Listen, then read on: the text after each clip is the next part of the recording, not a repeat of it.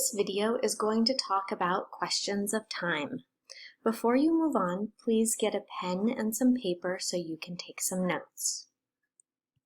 We have 3 different question words to ask questions about time: when, how long, and how often. You can see some examples and some answers here, but now let's get into more details about these. So first, how to use questions, the question word when. So first, you want to start with your normal sentence. They arrived in Arizona. This is a simple sentence in the past tense because we see arrived, ed. So the first thing that you need to do is add an auxiliary word to make a question. Did they arrive in Arizona?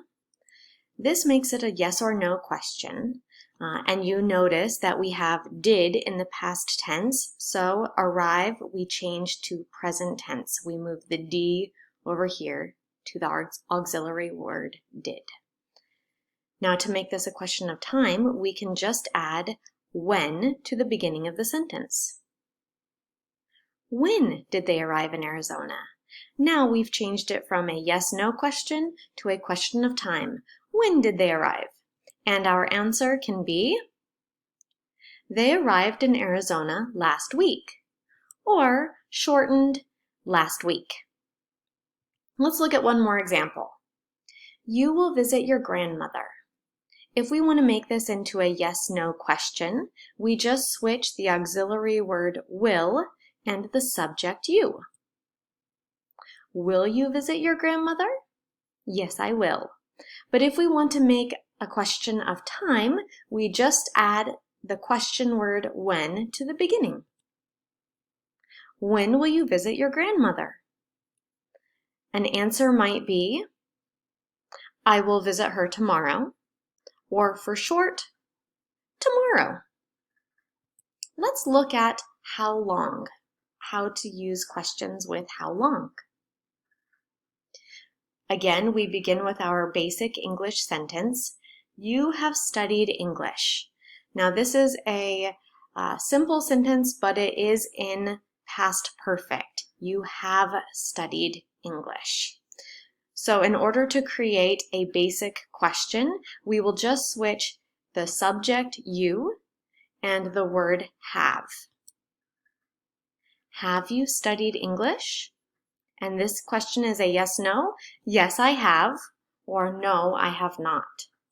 But if we want to have a question of time, we simply add how long to the beginning. How long have you studied English? This makes it a question of like how much time have you studied English? Our answer would be, I have studied English for 10 years. I could shorten it also. 10 years. You can also answer this question with since.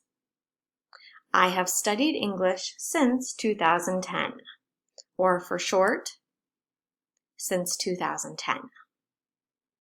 Let's look at one more example with how long. He has lived in Japan. So this is our simple sentence. Again, it is in past perfect, and normally we do use past perfect with how long. So again, to make a yes-no question, has he lived in Japan? Yes, he has. How long has he lived in Japan? Our shortened answer, or our answer could be, he has lived in Japan for 1 year. Or for short, how long has he lived in Japan? 1 year. We can also use since. He has lived in Japan since 2019. And shortened, since 2019. Finally, we can form questions with how often. So again, we begin with our basic sentence.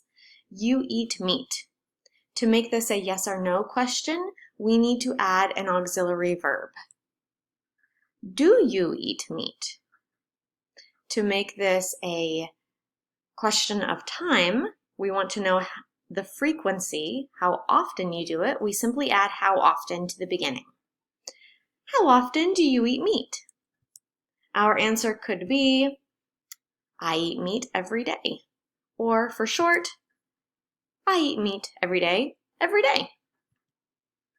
Another example could be, she will come home. Maybe your parents or your grandparents have asked you this when you traveled to the United States. So, will you come home? How to ask this as a yes or no? We switch will and she. So, will she come home?